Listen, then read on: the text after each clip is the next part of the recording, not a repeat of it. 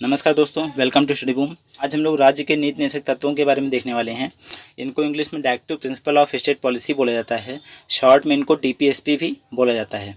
तो ये आने वाले एग्जाम, चाहे वो पेट हो, आरओ हो, बीओ, इनमें समय बहुत ज़्यादा पूछे आते हैं, यहाँ से क्वेश्चन उठते हैं। तो चलिए शुरू करते हैं।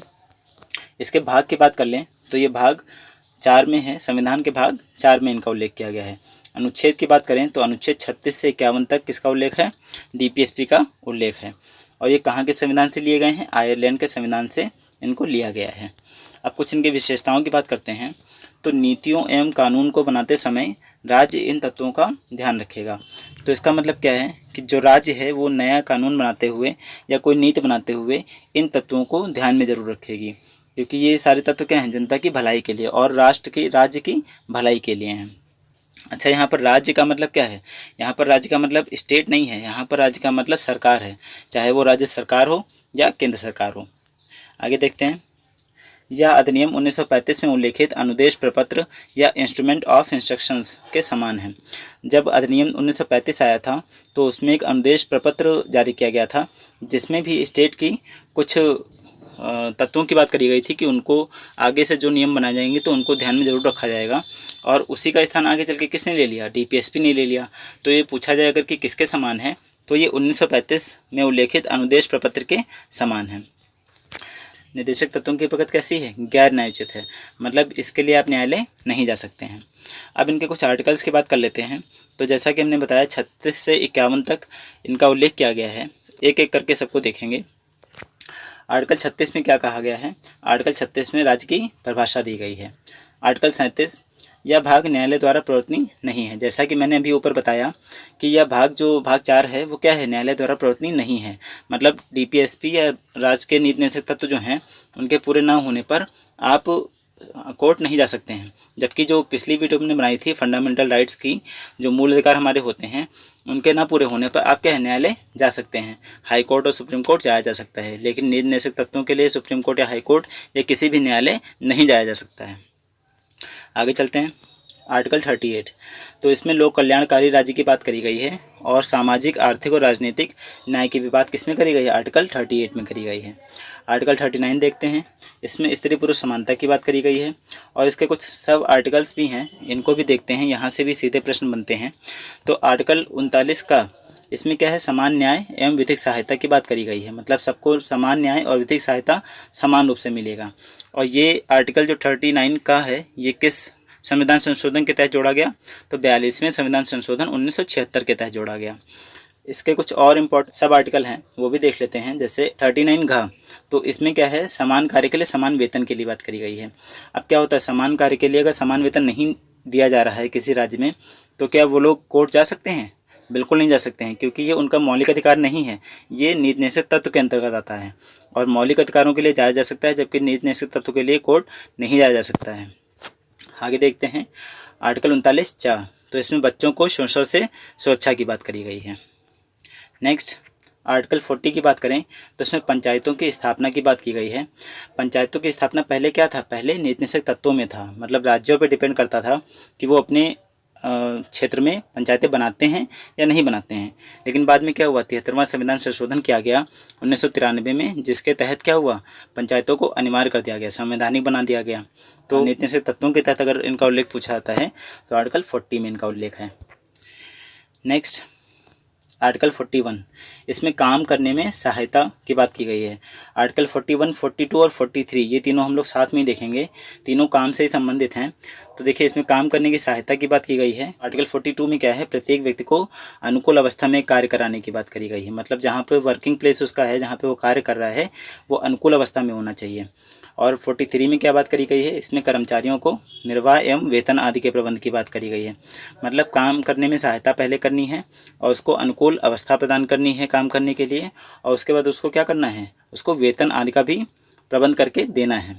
तो ये आर्टिकल 41, 42, 43 एक साथ आप याद कर सकते हैं। और 43 में ही गाँव में कुटीर उद्योगों की भी बात करी गई है, ये भी आप याद रखिएगा। नेक्स्ट, आर्टिकल 44, तो आर्टिकल 44 इसमें देखिए ये याद करने के लिए बहुत इजी है। 4 ये क्या है? समान है और इसमें समान नागरिक संहिता की ही बात करी गई है। समान नागरिक संहिता क्या होता है? इसका मतलब होता है प्रत्येक नागरिक के लिए एक जैसे कानून। अगर वर्तमान स्थिति की बात करें, जो हिंदुओं के लिए विवाह नियम है वो अलग हैं, मुस्लिमों के लिए अलग हैं, और सबके जो धर्म से रिलेटेड जो कानून हैं वो अलग अलग होते हैं। जबकि समान नागरिक संहिता की अगर बात करें तो उसमें सबके लिए एक नियम कानून वही होते हैं, समान नागरिक संहिता। और अपने यहाँ सिर्फ एक राज्य में समान नागरिक संहिता लागू कर दी गई है, और वो कौन सा राज्य है? गोवा।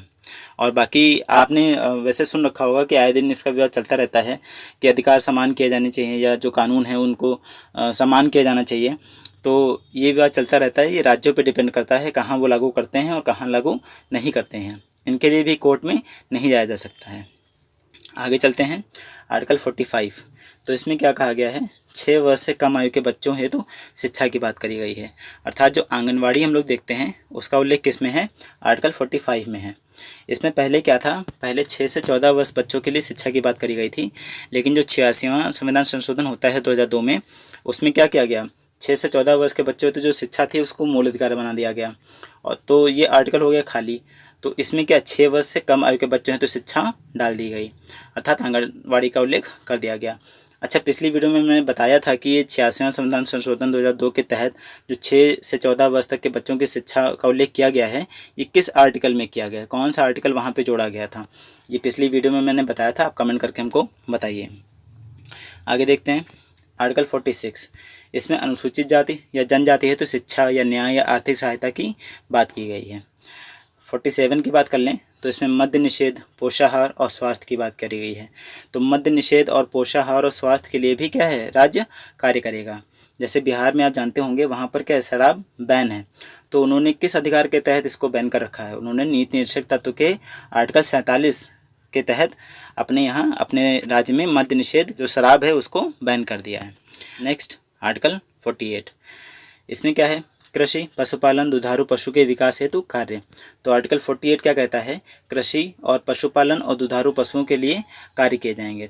और इसी के तहत एक आर्टिकल 48 का भी देखने को हम लोग को मिलता है, जिसमें पर्यावरण संरक्षण की बात करी गई है। और ये किस संविधान संशोधन के तहत जोड़ा गया था?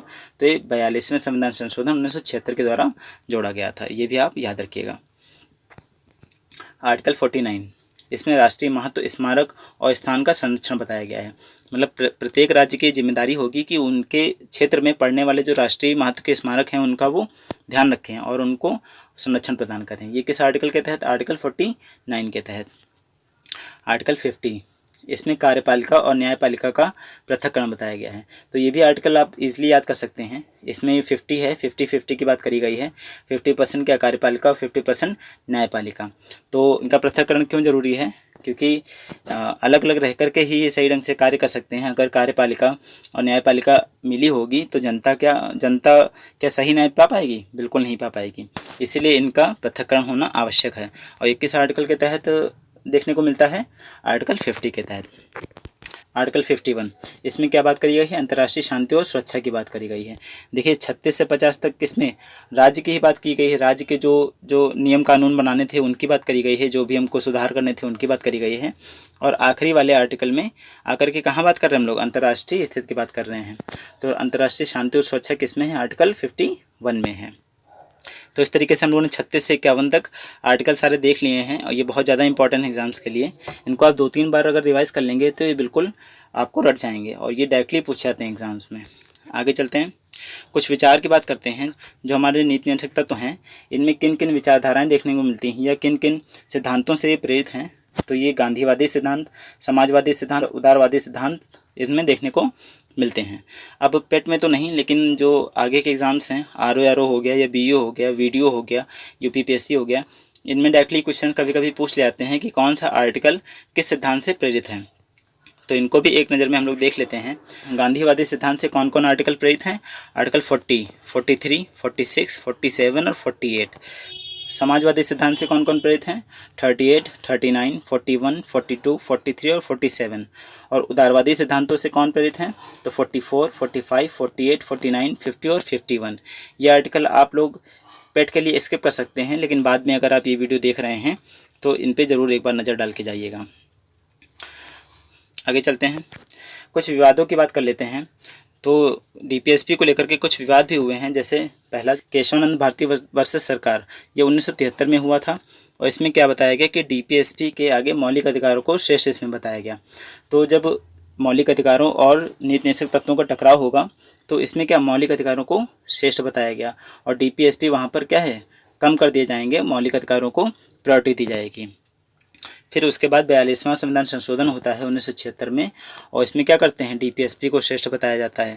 इसमें कहा जाता है कि अगर दोनों में टकराव होता है, अगर फंडामेंटल राइट्स जो हमारे मौलिक अधिकार होते हैं और डीपीएसपी में अगर टकराव होता है तो हम किसको प्रायोरिटी देंगे, डीपीएसपी को प्रायोरिटी देंगे। उसके बाद एक और विवाद होता है, मिनर्वा मिल्स 1980 में होता है और इसमें दोनों को क्या बताया गया, एक दूसरे का पूरक बताया गया। इसमें कोई श्रेष्ठ नहीं बताया गया, इसमें कहा गया दोनों एक दूसरे के पूरक हैं, दोनों ही क्या है, जनता की भलाई के लिए कार्य कर रहे हैं और इसीलिए दोनों के मध्य संतुलन बनाने का प्रयास किया गया है। तो वर्तमान स्थिति की अगर बात करें तो आज भी कोई श्रेष्ठ नहीं है, दोनों ही एक दूसरे के पूरक हैं, दोनों क्या हैं, बराबर ही हैं। कुछ कथनों की भी बात कर लें, ये भी एग्जाम में पूछे जाते हैं। तो डीपीएसपी भारतीय संविधान की एक अनोखी विशेषता है। ये किसका कथन है, BR अम्बेडकर का कथन है। डीपीएसपी एक ऐसा चेक है जो बैंक की सुविधा अनुसार अदा किया जाता है। ये किसका स्टेटमेंट है, ये केटी शाह का स्टेटमेंट है और ये वही केटी शाह हैं जिन्होंने द्वितीय गोलमेज सम्मेलन में एंग्लो इंडियन की तरफ से पार्टिसिपेट किया था। तो इस तरीके से आज हम लोगों ने डीपीएसपी कंप्लीट कर लिया है और अगर वीडियो पसंद आई हो तो लाइक करिए, सब्सक्राइब करिए, शेयर करिए, अपना प्यार बनाए रखिए।